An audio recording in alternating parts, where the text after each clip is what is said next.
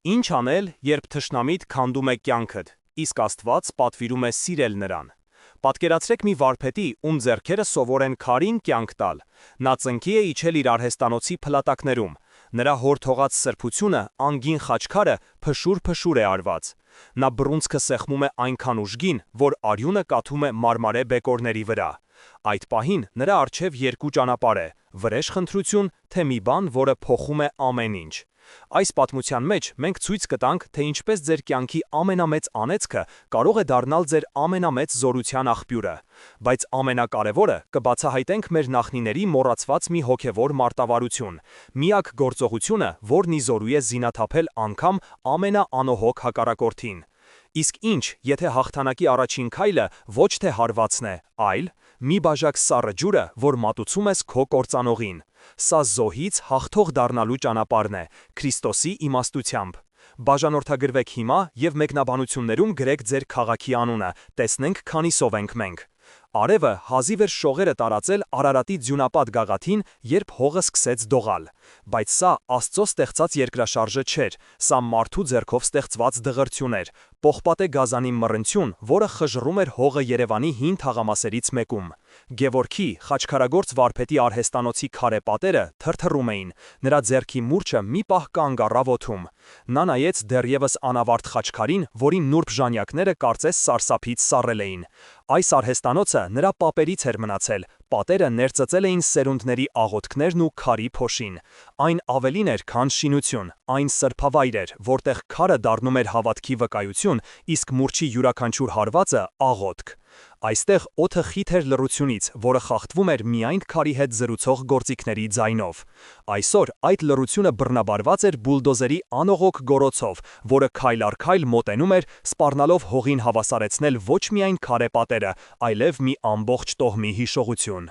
Գևորգի երակներում արյունը սառեց, նա զգաց, թե ինչպես է իր սրտի ռիթմը համընկնում շարժիչի սարսափելի թքթքոցին։ Դուռը բացվեց, ներս թողնելով ոչ միայն առավոտյան լույսը, այլև մի ստվեր։ Տիգրանն էր, փայլուն կոշիկներով, թանկարժեք կոստյումով մի մարդ, ում դեմքին քարացել էր ինքնավստահության սառը դիմակը։ Նրա ձեռքում մի թուղթ կար, որը նա թափահարում էր օդում, ինչպես դահիճը իր կացինը։ Նրա հետ էին երկու հաղթանդամ տղամարդիկ, որոնց հայացքները ոչ մի լավ բան չէին խոստանում։ Նրանք կանգնեցին դռան երկու կողմում, փակելով ելքը։ Վարպետ Գևորգ, ձայնը պողպատի պես սառն էր, սա վերջին զգուշացումն է, այս տարածքը գնված է, մեկ ամսից այստեղ բարձրակարգ հյուրանոց է կառուցվելու, ձեր խրճիթը պետք է քանդվի, դուք խանգարում եք առաջընթացին։ Գևորգը դանդաղ շրջվեց, նրա ձեռքերը, որ սովոր էին քարին կյանք տալուն, այժմ ամուր սեղմել էին մուրճի կոթը։ Այս վայրը իմ պապի պապն է կառուցել, այստեղ Հայաստանի հոգին է քանդակվում, ասաց նա հանգիստ, բայց ձայնի մեջ լարվածություն կար, ինչպես ձգված լարի մեջ։ Սա առաջընթաց չէ, սա մեր արմատները կտրել է։ Տիգրանը քմծիծաղ տվեց։ Հոգին փող չի բերում, վարպետ, ժամանակները փոխվել են, մարդկանց պետք են ոչ թե քարե խաչեր, այլ հարմարավետ սենյակներ և լողավազաններ։ Փոխհատուցումը առատաձեռն է, վերցրու և նոր տեղ գտիր քո քարերի համար։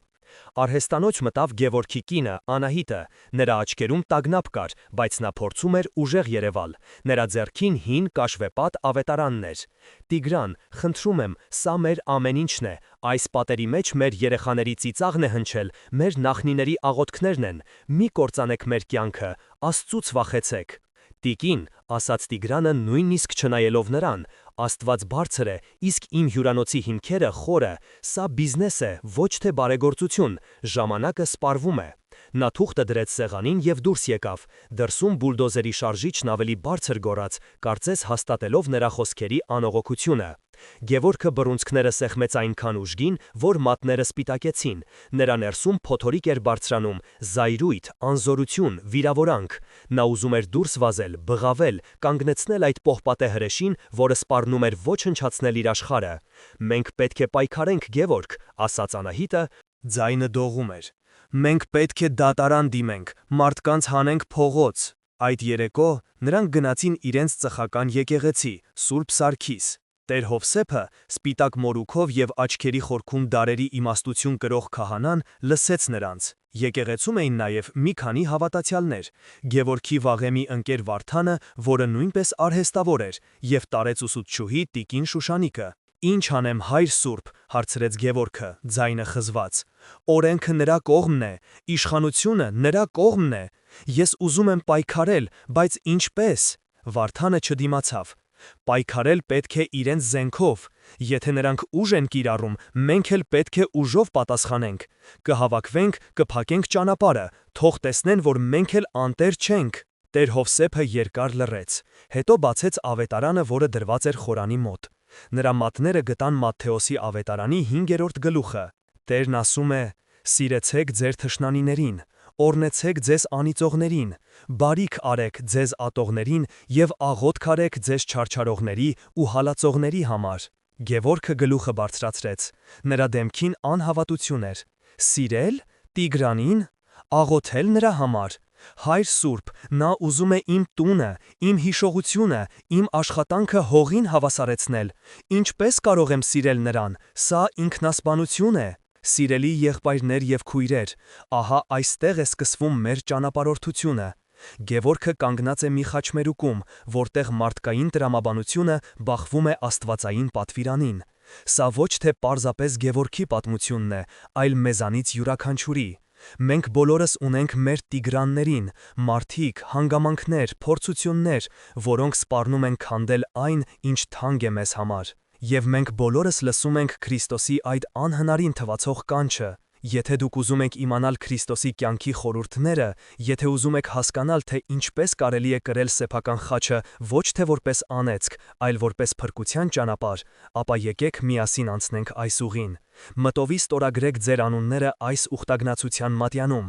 իսկ մինչ մենք կշարունակենք, խնդրում եմ մեկնաբանություններում կիսվեք, թե ինչպես եք դուք փորձել կիրառել Հիսուսի ուսմունքները ձեր կյանքում, երբ բախվել եք անարդարության։ Տեր Հովսեփի խոսքերը օդում կախված մնացին, ծանր ու անհասկանալի։ Վարդանը գլուխը թափ տվեց։ Հայր Սուրբ, հարգանքով եմ վերաբերվում ձեր խոսքին, բայց սա քարոզ չէ, սա կյանք է։ Եթե մեկը քո տունն է քանդում, դու նրա համար չես աղոթում, այլ պաշտպանում ես քո օջախը։ Մեր պապերը զենքով են պաշտպանել մեր հավատքն ու հողը, ոչ թե աղոթքով։ Տիկին Շուշանիկը, որի դեմքը կնճիռներով պատված էր ինչպես հին ձեռագիր, փափուկ ձայնով խոսեց. «Բայց չէ որ մեր ամենամեծ զենքը միշտ եղել է հավատքը, Սուրբ Հռիփսիմյանց կույսերը, Սուրբ Վարդանանք, նրանք մահվան գնացին, աղոթելով իրենց դահիճների համար։ Նրանք պարտվեցին՞ն։ Ոչ, նրանք հաղթեցին, որովհետև նրանց արյամբ մեր եկեղեցին զորացավ։ Թշնամուն սիրելը ոչ թե թուլություն է, այլ հոգևոր ուժի բարձրագույն դրսևորում»։ Այս խոսքերից հետո եկեղեցում լռություն տիրեց, որը խախտվում էր միայն դրսից լսվող շինարարության հեռավոր ձայներով։ Գևորգը կանգնած էր երկու աշխարհների միջև, մեկը պահանջում էր արդարություն եւ պայքար, մյուսը անհնարին թվացող ներում եւ սեր, նրա հոգին պատառոտվում էր։ Գևորգի տանը լարվածությունը կարելի էր դանակով կտրել։ Ընթրիքը սեղանին սարել էր, Անահիտը անհանգիստ քայլում էր սենյակում, իսկ Գևորգը նստած էր ձեռքերի մեջ առած հին ընտանեկան ավետարանը։ Դուռը բացվեց եւ ներս մտավ Գևորգի կրտսեր եղբայրը Լևոնը։ Նա 28 տարեկան էր, սուր հայացքով, գործնական եւ տաքարյուն երիտասարդ, որը հավատում էր միայն տեսանելի արդյունքներին։ «Լսեցի, թե ինչ է եղել», ասաց նա, նետելով բաճկոնը բազկաթոռին, «եւ լսեցի, թե ինչ խորհուրդ է տվել Տեր հայրը։ Գևորգ, եղբայր իմ, դու երբ պիտի հասկանաս, որ այս աշխարհում գայլերի հետ գայլի պես են խոսում, ոչ թե ոչխարի»։ Գևորգը գլուխը բարձրացրեց. «Լևոն, սա պարզապես հողի կտորի հարց չէ, բա ինչ հարց է, հոգևոր։ Թող Տիգրանը քանդի մեր պապական տունը, իսկ մենք նստենք ու աղոթենք նրա հոգու փրկության համար, դա խելագարություն է։ Ես արդեն խոսել եմ լուրջ մարդկանց հետ, մենք կարող ենք լավ փաստաբան վարձել, կարող ենք նրա վրա այնպիսի կեղտ գտնել, որ ինքը կխնդրի մեզանից հեռու մնալ։ Կարիք լինի, մի երկու լավ տղա կխոսեն նրա հետ, այնպես կբացատրեն, որ միանգամից կհասկանա»։ Անահիտը կանգ առավ։ «Լևոն, ինչ ես ասում, մենք հանցագործ չենք։ Իսկ նա ով է, Սուրբ, նա մեր կյանքն է քանդում, ես առաջարկում եմ ոչ թե ավետարան կարդալ, այլ գործել»։ Գևորգը բացեց ավետարանը։ Նրա ձեռքերը դողում էին։ Տերն ասում է. «Մի հակառակվիր չարին, ով աջ ծնոտիդ ապտակ տա, մյուսն էլ դարձրու նրան»։ Լևոնը բարձրաձայն ծիծաղեց, բայց ծիծաղը դառն էր։ Հրաշալի է, ուրեմն երբ նա բուլդոզերով մտնի արհեստանոց, դու նրան տան բանալիներն էլ կտաս։ Գևորգ, արթնացիր, քո այս քրիստոնեական խոնարհությունը նա ընդունում է որպես վախկոտություն։ Մեր հայրը երբեք սենց չէր վարվի, նա կպայքարեր իր ընտանիքի ու իր գործի համար մինչև վերջ։ Այս խոսքերը դանակի պես խոցեցին Գևորգի սիրտը։ Հոր հիշատակը նրա համար սուրբ էր։ Նա հիշեց, թե ինչպես էր հայրը պաշտպանում իրենց, երբ փոքր էին։ Բայց հիմա Քրիստոսի խորհուրդը կարծես թե նրան դնում էր իր հոր ուսմունքների դեմ։ Ընտանիքը բաժանվեց երկու ճամբարի։ Լևոնը ներկայացնում էր ռեալիստներին, որոնք պահանջում էին անհապաղ և կոշտ գործողություններ։ Անահիտը, չնայած իր վախերին, կանգնած էր Գևորգի կողքին, փորձելով հավատալ, որ հոգևոր ճանապարհը ճիշտ է։ Քրիստոսի խոսքերը, որոնք պետք է մխիթարություն բերեին, դարձել էին ընտանիքը պառակտող սուր։ Գևորգը նայեց իր եղբոր զայրացած դեմքին, կնոջ հուսահատ աչքերին և հասկացավ, որ Տիգրանը քանդում է ոչ միայն իր արհեստանոցը, այլև իր ընտանիքը։ Հաջորդ կիրակի, Սուրբ Պատարագից հետո, Տեր Հովսեփը Գևորգին ու Անահիտին հրավիրեց եկեղեցու բակի ստվերոտ անկյունը, որտեղ մի հին թթենի էր իր ճյուղերը տարածել։ Նրանց միացան նաև մի քանի այլ ծխականներ, երիտասարդ բժիշկ Արամը և Գևորգի ընկեր Վարդանը։ «Մենք այսօր լսեցինք ավետարանի ընթերցումը լեռան քարոզից», սկսեց Տեր Հովսեփը։ Նրա ձայնը հանգիստ էր, բայց թափանցում էր մինչև հոգու խորքը։ Շատերն ասում են, սա գեղեցիկ խոսք է, բայց անիրագործելի։ Բայց մեր Տերը երբեք մեզանից անիրագործելի բան չի պահանջում։ Նա մեզ տալիս է ոչ թե բեր, այլ բանալի։ Նա բացեց ավետարանը։ Նայեք համատեքստին։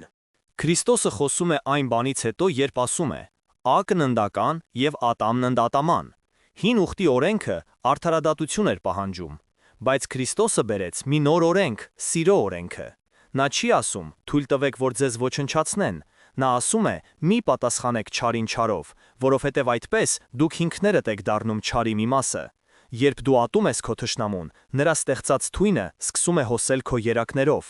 Գևորգը փորձեց։ Մի առավոտ նա մոտեցավ շինհրապարակի մուտքին, որտեղ կանգնած էր Տիգրանը, ճարտարապետների հետ քննարկելով գծագրերը։ «Բարի լույս, պարոն Տիգրան», ասաց Գևորգը հնարավորինս հանգիստ։ «Ես ուզում եմ խոսել։ Գուցե կա մի լուծում, որը ձեռնտու կլինի երկուսիս էլ։ Գուցե արհեստանոցը կարելի է պահպանել որպես նոր հյուրանոցի մշակութային մաս»։ Տիգրանը նայեց նրան այնպես, կարծես միջատ լիներ։ «Լսիր, վարպետ, ես քեզ հետ խաղեր խաղալու ժամանակ չունեմ։ Ես քեզ փող եմ առաջարկել, դու չես ուզում, դա քո խնդիրն է, իսկ հիմա հեռացիր, խանգարում ես»։ Նա շրջվեց և շարունակեց խոսակցությունը, ցուցադրաբար անտեսելով Գևորգին։ Գևորգը վերադարձավ արհեստանոց, իր մեջ կրելով նվաստացման դառնությունը։ Նա զգում էր, որ իր խաչը ծանրանում է, իսկ ինքը դեռ չգիտեր ինչպես այն կրել։ Նվաստացման դառնությունը կոկորդուն խցանվել էր։ Գևորգը վերադարձավ արհեստանոց, բայց քարերին անգամ չնայեց, դրանք կարծես ծաղրում էին իր անզորությունը։ Օրերն անցնում էին, և Տիգրանի շինարարությունը թափ էր հավաքում։ Հսկայական էքսկավատորը փորում էր հիմքը, յուրաքանչյուր շերեփով ցնցելով Գևորգի արհեստանոցի հին պատերը։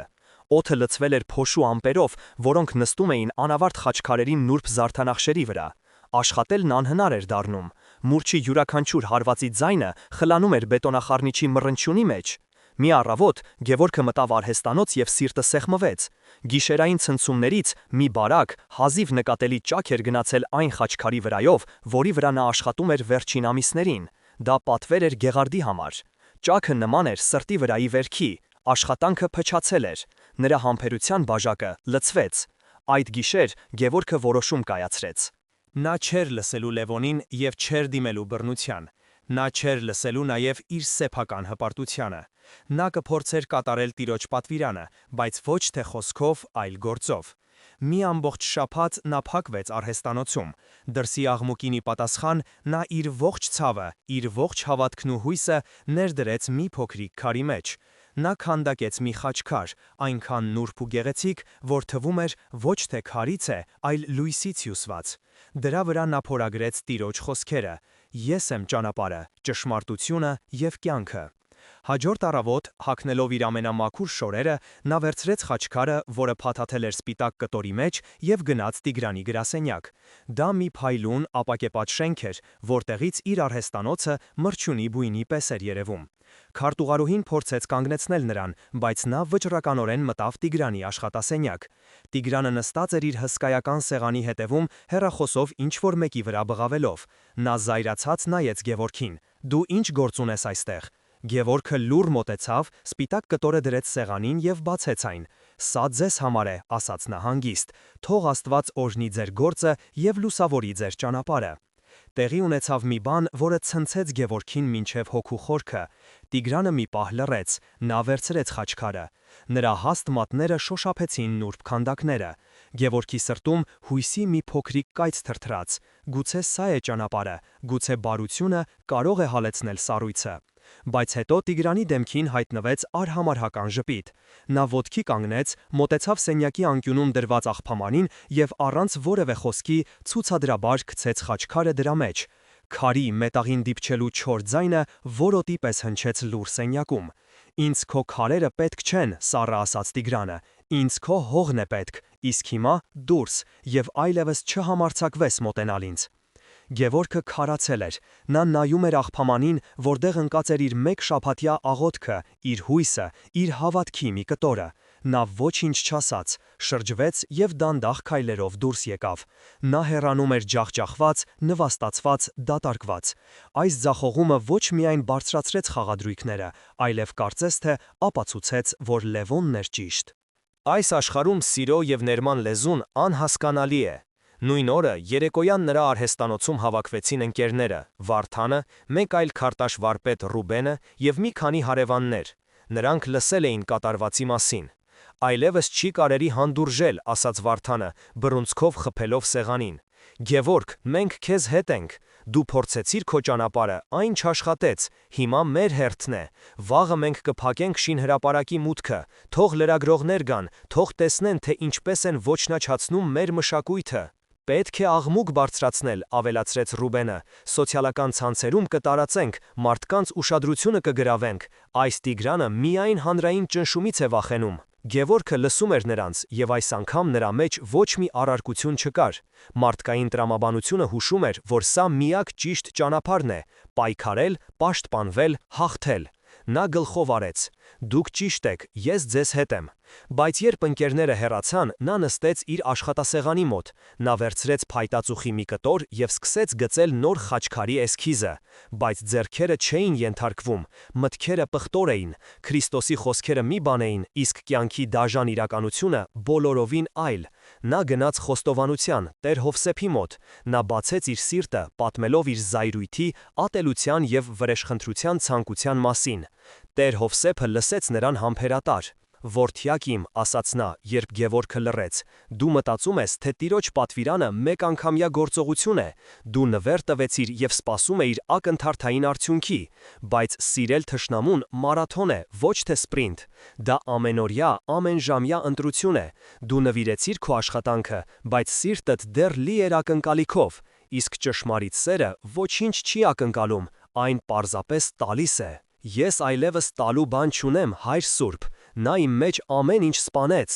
Ոչ, որդյակ իմ, ասաց քահանան, քանի դեռ հավատքդ կա, դու դեռ ամեն ինչ ունես։ Գնա տուն, աղոթիր, ոչ թե որ Տիգրանը փոխվի, այլ որ Աստված քեզ ուժ տա տանելու այս խաչը։ Գևորգը դուրս եկավ խորանից, մի փոքր թեթևացած, բայց դեռևս շփոթված։ Նա գիտեր, որ իր առջև դրված փորձությունը շատ ավելի մեծ էր, քան պարզապես մի կտոր հողի համար պայքարը։ Սա պայքար էր իր սեփական հոգու համար։ Գևորգը որոշեց հետևել Տեր Հովսեփի խորհրդին։ Նա չմիացավ ընկերներին, որոնք պատրաստվում էին բողոքի ակցիա կազմակերպել։ Փոխարենը նա սկսեց աղոթել։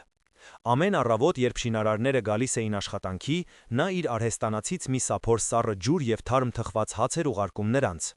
Բանվորները, որոնք հիմնականում գյուղերից եկած հասարակ մարդիկ էին, սկզբում զարմաչած էին, հետո սկսեցին երախտագիտությամբ ընդունել։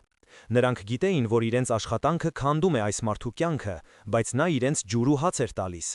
Տիգրանը, իմանալով այդ մասին, միայն ծաղրեց. «Տեսեք, նա փորձում է գնել իմ մարդկանց բարեհաճությունը, թույլ մարդու մարտավարություն»։ Եվ կարծես ի պատասխան Գևորգի բարության նա հրամայեց արագացնել աշխատանքները։ Այժմ նրանք աշխատում էին նաև գիշերները։ Հզոր լուսարձակների լույսը ներխուժում էր Գևորգի տան լուսամուտներից, իսկ տեխնիկայի անդադար աղմուկը թույլ չէր տալիս քնել։ Գևորգի հոգևոր ուժերը սպառվում էին, նա զգում էր, որ իր բարի կամքը բախվում է անթափանց պատի։ Հետո Տիգրանը դիմեց տեղեկատվական պատերազմի։ Մի առավոտ տեղական թերթերից մեկում հայտնվեց մի մեծ հոդված՝ ժամանակակից հերոստրատոսները, ովքեր են խանգարում Երևանի զարգացմանը վերնագրով։ Հոդվածում, առանց անուններ տալու, նկարագրվում էր մի հնաոճ արհեստավոր, որը կառչած իր պապենական խրճիթից խոչընդոտում է քաղաքի համար կենսական նշանակություն ունեցող ներդրումային ծրագրին։ Ավելին, հոդվածում ակնարկվում էր, թե իբր Գևորգի ընտանիքը պահանջում է աստղաբաշխական փոխհատուցում և շանտաժի է ենթարկում բարեխիղճ շինարարին։ Սուտը թունավոր սարդի պես սկսեց իր ցանցը հյուսել։ Մարդիկ, որոնք երեկ բարևում էին, այսօր սկսեցին խուսափել նրանցից։ Ճնշումը դարձավ ոչ թե վերացական, այլ ֆիզիկապես շոշափելի։ Ամենացավալի տեսարանը շուկայուն էր։ Գևորգի մայրը, տիկին Վարդուհին, մի կին, որը ողջ կյանքում հարգանք էր վայելել թաղամասում, մոտեցավ կանաչեղենի վաճառողին, ում տասնյակ տարիներ ճանաչում էր։ «Սուսան ջան, ինձ մի քիչ լավ լոլիկ կտա սուս»։ Սուսանը աչքերը թաքցնելով ինչ-որ բան փնթփնթաց, վրաս վերջացավ։ Տիկին Վարդուհի, բայց կողքի կնոջը նոր էր մի մեծ տոպրակ լցրել։ Տիկին Վարդուհին ամեն ինչ հասկացավ, նա լուռ շրջվեց և դատարկ տոպրակով հեռացավ։ Այդ օրը նա առաջին անգամ չեկավ Գևորգի տուն, երեկոյան ավետարանի ընթերցմանը։ Սա ներսից ոչնչացնում էր ընտանեկան ոգին։ Այդ երեկո Լևոնը ներս խուժեց Գևորգի տուն, ձեռքին թերթը։ «Տեսա՞ր, սա է քո սիրո արդյունքը։ Նա ոչ միայն մեր տունն է քանդում, այլև մեր անունը, մեր պատիվը, մեր մորը շուկայում նվաստացրել են, իսկ դու դեռ աղոթով ես նրա համար։ Ինչ կասեն մարդիկ։ Կասեն Գևորգը վախկոտ է, որը թույլ է տալիս, որ իր ընտանիքի վրայով քայլեն։ Քրիստոսին էլ էին ամբաստանում», հազիվ լսելի ձայնով ասաց Գևորգը, «նրան էլ էին անարգում»։ «Բայց մենք Քրիստոսը չենք», պայթեց Լևոնը, «մենք սովորական մարդիկ ենք, որոնք ուզում են արժանապատիվ ապրել։ Ես այլևս չեմ կարող լուռ նայել այս ամենին։ Եթե դու ոչինչ չես անում, ես կանեմ»։ Նա դուռը շխրկացնելով դուրս եկավ։ Անահիտը լաց էր լինում։ «Գևորգ, գուցե Լևոնը ճիշտ է։ Մենք չենք կարող մեր ընտանիքը զոհաբերել մի սկզբունքի, որը գուցե սխալ ենք հասկանում։ Գուցե սիրել թշնամուն չի նշանակում թույլ տալ, որ նա քեզ ոչնչացնի»։ Գևորգի հավատքը սասանվեց։ Նա զգում էր, որ հայտնվել է հոգևոր փակուղում։ Նա հետևում էր Տիրոջ խոսքին, բայց դրա փոխարեն ստանում էր միայն ավելի շատ ցավ, ավելի շատ նվաստացում։ Ներքին պայքարը մարդկային բանականության և Հիսուսի իմաստության միջև սրվել էր մինչև վերջին աստիճան։ Եվ հետո տեղի ունեցավ այն, ինչը կոտրեց նրա մեջ վերջին հույսի շողը։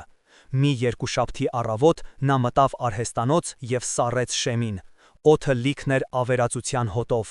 Գիշերը անհայտ մարդիկ ներս էին խուժել։ Նրանք ոչինչ չէին գողացել, նրանք պարզապես ոչնչացրել էին։ Գործիքները շաղ տված էին հատակին, պատրաստի աշխատանքները կոտրատված էին, բայց ամենասարսափելին կենտրոնում էր։ Այնտեղ, որտեղ կանգնած էր իր հոր կիսատ թողած խաչքարը, մի գլուխգործոց, որը Գևորգը պահում էր որպես սրբություն և հույս ուներ մի օր ավարտին հասցնել, այժմ միայն մարմարե բեկորների կույտ էր։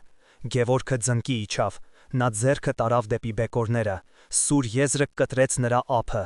Եվ տաք արյունը կաթեց սպիտակ քարի վրա։ Գևորգը բռունցքները սեղմեց մինչև արյունահոսությունը, նայելով այն թանկարժեք խաչքարին, որի վրա իր հայրը աշխատել էր կյանքի վերջին տարում և որը կոտրվել էր Տիգրանի մարդկանց կողմից։ Մարմարե բեկորները զգացվում էին որպես իր սեփական հոգու բեկորներ։ Նրա ներսում ինչ-որ բան պայթեց։ Այն ամբողջ զսպված զայրույթը, ցավը, նվաստացումը դուրս հորդեցին։ Նա ոտքի կանգնեց և առանց որևէ բան ասելու Անահիտին, որը սարսափահար կանգնել էր դռան մոտ, դուրս եկավ արհեստանոցից և ուղիղ գնաց դեպի եկեղեցի։ Նա ներս խուժեց այնպես, կարծես իր հետևից ընկած լինեին։ Տեր Հովսեփը խորանում էր, մոմերն էր վառում։ «Հայր Սուրբ», Գևորգի ձայնը խռպոտ էր, աչքերը վառվում էին։ «Վերջ, այլևս չկա ոչ մի սեր, ոչ մի ներում։ Դուք ինձ ասում էիք սիրիր քո թշնամուն։ Ես փորձեցի, ես իմ սիրտը բացեցի, իսկ նա թքեց դրա մեջ։ Նա ոչնչացրեց իմ հոր հիշատակը։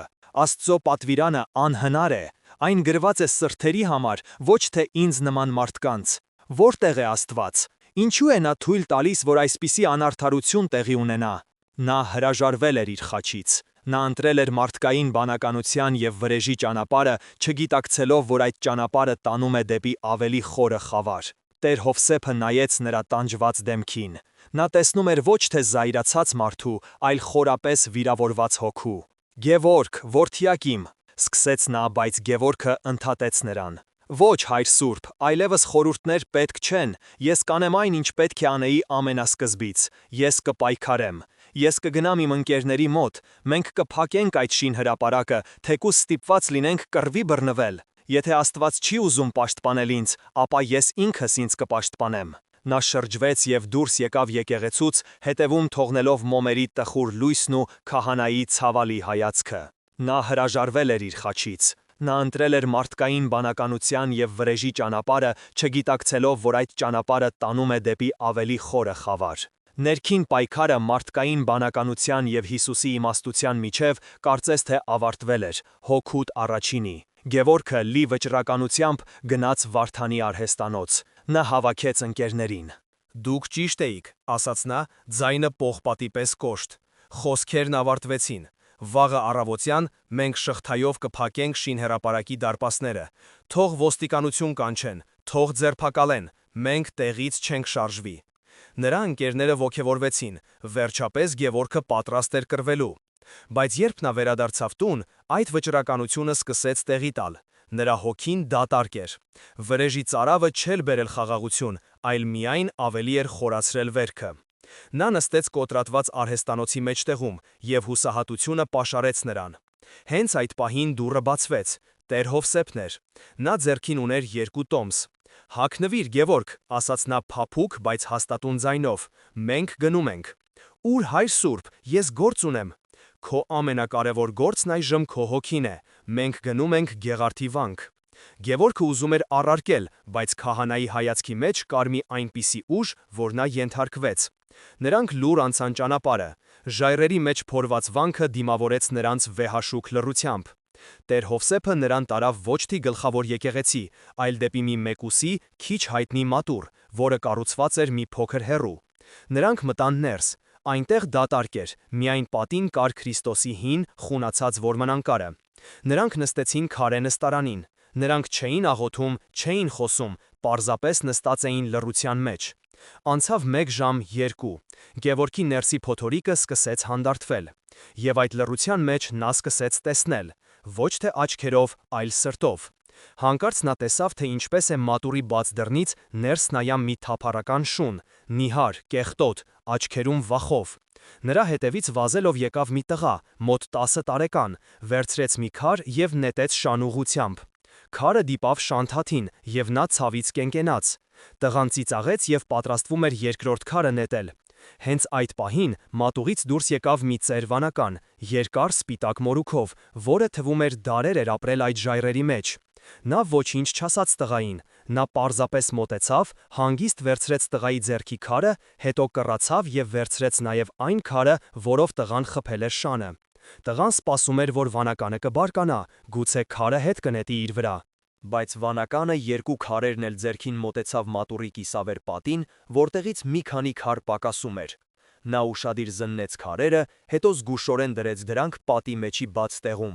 Քարերը գրեթե կատարյալ տեղավորվեցին։ Հետո նա շրջվեց, ժպտաց տղային և վերադարձավ իր խուց։ Գևորգը շունչը պահած նայում էր այդ տեսարանին։ Եվ հանկարծ, ինչպես կայծակը խավար գիշերում, նրա միտքը լուսավորվեց։ Նա հասկացավ, ամեն ինչ հասկացավ։ Սիրիր քո թշնամուն։ Դա չի նշանակում պասիվ հանդուրժել չարիքը, դա չի նշանակում թույլ տալ, որ քեզ ոչնչացնեն, դա նշանակում է չարի էներգիան վերածել արարչագործության։ Տղայի նետած քարը ագրեսիայի, չարության էներգիա էր։ Վանականը կարող էր այդ էներգիան հետ ուղարկել, բարկանալով տղայի վրա կամ քարը հետ նետելով։ Դա կլիներ ակննդական։ Բայց նա արեց անհավանական մի բան։ Նա վերցրեց այդ կործանիչ էներգիան և այն վերածեց շինարարության։ Նա այդ քարով վերականգնեց Աստծո տան պատը։ Նա չզիջեց չարին, նա այն վերափոխեց։ Նա հարվածը վերահասցեգրեց դեպի բարին։ Գևորգը նայեց Տեր Հովսեփին։ Նրա աչքերը լցվել էին արցունքներով, բայց դրանք հուսահատության արցունքներ չէին, դրանք ցնցման, բացահայտման արցունքներ էին։ Ես հասկացա, Հայր Սուրբ, շշնջաց նա։ Ես ամբողջ ժամանակ սխալ էի մտածում։ Ես մտածում էի, որ պետք է կամ կռվեմ, կամ հանձնվեմ, բայց կա երրորդ ճանապարհ։ Ոչ թե պայքարել Տիգրանի դեմ, այլ նրա կործանիչ էներգիան ուղղել դեպի արարում։ Տեր Հովսեփը ժպտաց. Տերը երկար էր սպասում այս պահին, որդյակ իմ։ Այդ պահին Գևորգի համար ամեն ինչ փոխվեց։ Քրիստոսի խորհուրդը դադարեց լինել անհասկանալի բեռ և դարձավ պարզ, հանճարեղ և անսահման զորեղ գործիք։ Նա դեռ չգիտեր, թե կոնկրետ ինչ է անելու, բայց նա գիտեր ամենակարևորը. նրա թշնամին ոչ թե Տիգրանն էր, այլ ատելությունը, որը Տիգրանը սերմանում էր, և այդ թշնամուն հաղթելու միակ ճանապարհը ոչ թե ոչնչացնելն էր, այլ վերափոխելը։ Գևորգի հոգին լցվել էր մի նոր անսպասելի խաղաղությամբ։ Նա դեռ չուներ գործողությունների հստակ ծրագիր, բայց ուներ ամենակարևորը՝ ճիշտ ուղղություն։ Նրա աշխարհը շրջվել էր։ Նախկինում նա տեսնում էր խնդիրը, Տիգրանին և նրա բուլդոզերը։ Հիմա նա տեսնում էր հնարավորությունը, Տիգրանի կործանիչ էներգիան։ Նրա համար այլևս հարցը ինչպես հաղթել Տիգրանին չէր, այլ ինչպես օգտագործել Տիգրանի ստեղծած չարիքը բարիք գործելու համար։ Այս միտքը այնքան պարզ էր ու միևնույն ժամանակ այնքան հանճարեղ, որ նա զարմանում էր, թե ինչպես առաջ չէր հասկացել։ Քրիստոսի խոսքերը բացվել էին նրա առաջ իրենց ողջ խորությամբ։ Այդ երեկո նա հավաքեց իր ընտանիքին, Անահիտին, Լևոնին և իրենց ծնողներին, որոնք եկել էին անհանգստացած վերջին իրադարձություններից։ Սենյակում լարվածություն կար։ Լևոնը պատրաստ էր լսելու պայքարի նոր ծրագրի մասին։ Գևորգը խորը շունչ քաշեց։ Ես որոշում եմ կայացրել, ասաց նա հանգիստ, բայց ամուր ձայնով։ Մենք չենք պատրաստվում փակել ճանապարհը, մենք չենք պատրաստվում դատի տալ, մենք չենք պատրաստվում պայքարել Տիգրանի դեմ։ Լևոնը հեգնանքով ժպտաց. Ուրեմն հանձնվում ենք, շնորհավորում եմ, թույլ տուր գուշակեմ, նորից աղոթելու ենք։ Ոչ, պատասխանեց Գևորգը, և նրա աչքերում մի անսովոր կրակ վառվեց։ Մենք կառուցելու ենք։ Սենյակում լռություն տիրեց։ Ինչ ենք կառուցելու, զգուշորեն հարցրեց հայրը, պարոն Սարգիսը։ Մենք տունն ենք կորցնում։ Գևորգը շարունակեց. Տիգրանը ուզում է վերցնել մեր հողը, դրա վրա շքեղ հյուրանոց կառուցելու համար։ Նա ուզում է շահույթ ստանալ այս վայրից։ Իսկ մենք հենց այստեղ, նրա քթի տակ, նրա շինհրապարակի կողքին, կսկսենք վերականգնել այն հին, լքված մատուռը, որը գտնվում է մեր հողամասի եզրին, անվճար։ Մենք կհավաքենք կոտրված խաչքարերի բեկորները, կգտնենք հին քարեր։ Մենք նրա շահույթի վայրը կվերածենք համընդհանուր աղոթքի վայրի։ Նա քանդում է, մենք կկառուցենք։ Նա ատելություն է սերմանում, մենք հավատք կսերմանենք։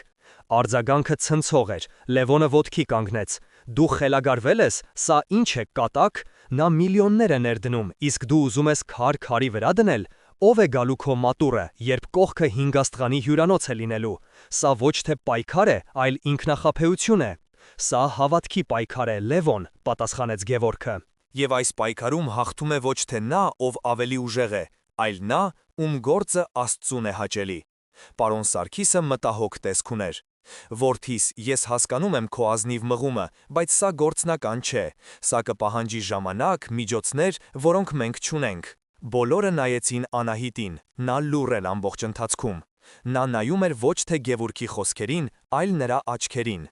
Եվ նա տեսավ այնտեղ այն, ինչ վաղուց չէր տեսել, ոչ թե կասկած ու ցավ, այլ խաղաղություն և անսասան վստահություն։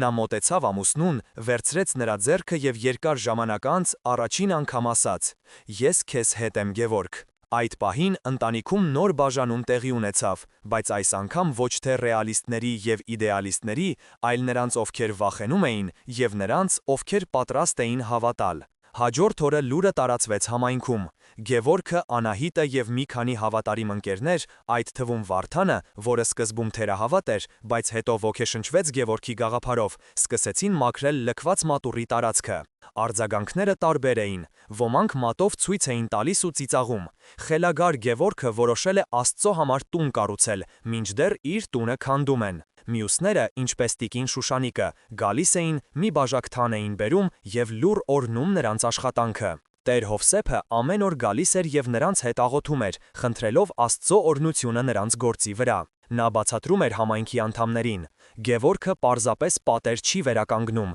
նա վերականգնում են մեր հավատքը, որ չարը կարելի է հաղթել ոչ թե չարով, այլ բարությամբ։ Նա ցույց է տալիս, որ ամենամեծ շինարարությունը ոչ թե քարով է լինում, այլ հոգով։ Շինհրապարակում աշխատող բանվորները տարակուսած նայում էին այս տարօրինակ տեսարանին։ Նրանք տեսնում էին, թե ինչպես է մի մարդ, ում կյանքը իրենք քանդում են, ժպիտով մաքրում է հին քարերը և դրանցից աղոթքի տուն կառուցում։ Եվ նրանցից ոմանց սրտերում սկսեց ծլարձակել կասկածի սերմը, իսկ գուցե իրենք սխալ կողմում են կանգնած։ Քրիստոսի խորհրդի կիրառումը սկսել էր իր անտեսանելի, բայց զորեղ աշխատանքը։ Առաջին քարը դնելը ամենադժվարն էր։ Գևորգը, Անահիտը, Վարդանը և մի քանի հարևաններ կանգնած էին հին մատուռի ավերակների մոտ։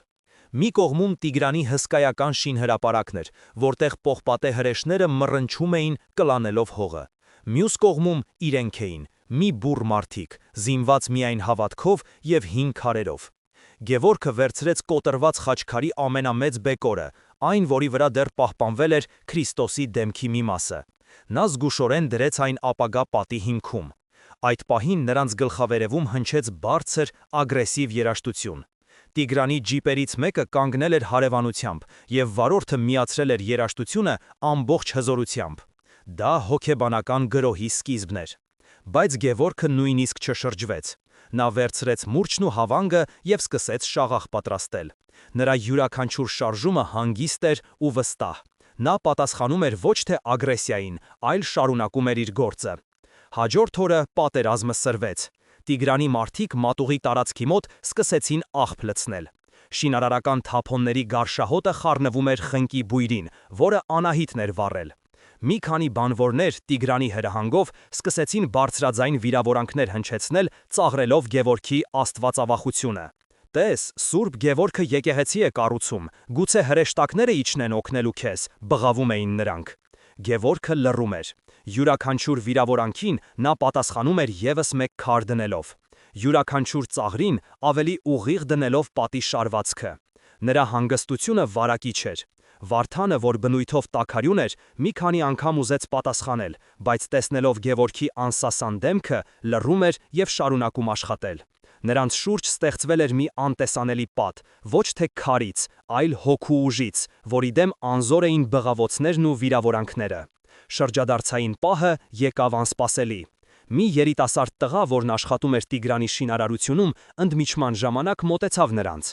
Նա ամաչելով մի շիշ ջուր մեկնեց Գևորգին։ «Վարպետ, ներող եղեք, մեզ ստիպում են»։ Գևորգը վերցրեց ջուրը և ժպտաց։ «Աստված օրհնի քեզ, տղաս, դու մեղավոր չես»։ Հաջորդ օրը այդ տղան աշխատանքից հետո եկավ և մինչև ուշ գիշեր օգնեց նրանց քար տաշել։ Նրան տեսնելով եկան ևս երկուսը։ Տիգրանի ճամբարում ճեղքվածք էր առաջացել, բայց ամենամեծ անակնկալը Լևոնն էր։ Մի երեկո նա եկավ մատուռի մոտ։ Նա երկար լուռ նայում էր, թե ինչպես են Գևորգն ու մյուսները աշխատում մոմերի լույսի տակ։ Պատերն արդեն մարդահասակ էին։ Նա տեսնում էր ոչ թե խելագարի քմհաճույքը, այլ մի բան, որն ավելի զորեղ էր, քան բուլդոզերները։ Նա մոտեցավ։ Ես խոսել եմ մի ճարտարապետի հետ, կմկմալով ասաց նա։ Նա ասաց, որ գմբիթի համար հատուկ հաշվարկներ են պետք։ Ես կարող եմ օգնել այդ հարցում։ Գևորգը շրջվեց և գրկեց եղբորը։ Այդ օրը նրանց չէր միավորել պայքարը ընդհանուր թշնամու դեմ, այլ արարումը, հանուն ընդհանուր հավատքի։ Գևորգի անսասանությունից տպավորված մարդիկ սկսեցին միանալ նրանց։ Տիկին Վարդուհին, մոռանալով շուկայի նվաստացումը, ամեն օր տաք ճաշ էր բերում աշխատողների համար։ Տեր Հովսեփը կազմակերպեց դրամահավաք, և շուտով նրանք կարողացան գնել անհրաժեշտ շինանյութեր։ Հակամարտությունը դարձավ հրապարակային։ Լրագրողները, որոնք սկզբում եկել էին Տիգրանի պատվերով ծաղրելու Գևորգին, այժմ գրում էին հավատքի շինարարության մասին։ Տիգրանը զայրանում էր։ Նա տեսնում էր, որ ինչքան ավելի շատ էր ճնշում, այնքան ավելի էր ամրանում մատուռի պատը։ Նրա կործանիչ էներգիան, հակառակ իր կամքին, ծառայում էր որպես ցեմենտ, որը միավորում էր համայնքը։ Գևորգը վերցրել էր թշնամուն նետած քարերը և դրանցով կառուցում էր Աստծո տունը, ապացուցելով, որ Քրիստոսի իմաստությունը ոչ թե գեղեցիկ առասպել է, այլ ամենահզոր գործիքը իրական աշխարհում։ Մատուռի օծման օրը արևոտ էր։ Փոքրիկ գմբեթի խաչը փայլում էր երկնքի կապույտի տակ, կարծես մարտահրավեր նետելով կողքին բարձրացող հյուրանոցի անսիրտ բետոնին։ Հավաքվել էր ողջ թաղամասը, անգամ այն մարդիկ, որոնք 3 մեջք էին դարձնում։ Օդը լցված էր խնքի բույրով և տոնական տրամադրությամբ։ Բայց հանկարծ ամբոխը լռեց։ Սև փայլուն ջիփը կանգնեց մատուռի մոտ և միջից դուրս եկավ Տիգրանը։ Նրա դեմքը քարի պես անթափանց էր, նա մենակ էր, նրա մարդիկ հեռվում էին կանգնած։ Լռություն տիրեց։ Բոլորը սպասում էին պայթյունի, սա գագաթնակետն էր։ Տիգրանը դանդաղ քայլերով անցավ ամբոխի միջով, որը ծովի պես ճանապարհ բացեց նրա առաջ։ Եվ ուղիղ գնաց դեպի Գևորգը, որը կանգնած էր մատուռի շեմին, Տեր Հովսեփի կողքին։ Նրանք կանգնեցին դեմ դիմաց։ Տիգրանը հասակով էր, ավելի ուժեղ, բայց Գևորգի հայացքի մեջ կար մի ուժ, որը փողով չէիր գնի։ Գևորգը չհեռացավ։ Նա նայեց Տիգրանի աչքերի մեջ, որոնց խորքում մի պահ տեսավ ոչ թե գիշատչի, այլ մոլորված մարդու։ Եվ նա արեց այն, ինչ ոչ ոք չէր սպասում։ Նա ժպտաց և արտասանեց մի պարզ նախադասություն. «Բարի գալուստ, Տիգրան, այս մատուռը նաև քո ծնողների՝ Գրիգորի և Մանուշակի հիշատակին է»։ Ես իմացա նրանց անունները։ Հետո նա ձեռքը մեկնեց և Տիգրանին տվեց մի փոքրիկ, հարթ քար, որի վրա փորագրված էր միայն մեկ խաչ։ Այդ պահին տեղի ունեցավ անհավանականը։ Տիգրանի դեմքի երկաթե դիմակը ճաք տվեց։ Նրա շուրթերը դողացին։ Նա նայեց քարին, հետո Գևորգին, հետո նորակառույց մատուռին։ Մի ակնթարթում նրա աչքերի առաջով անցավ իր ողջ կյանքը, գյուղի տունը, ծնողները,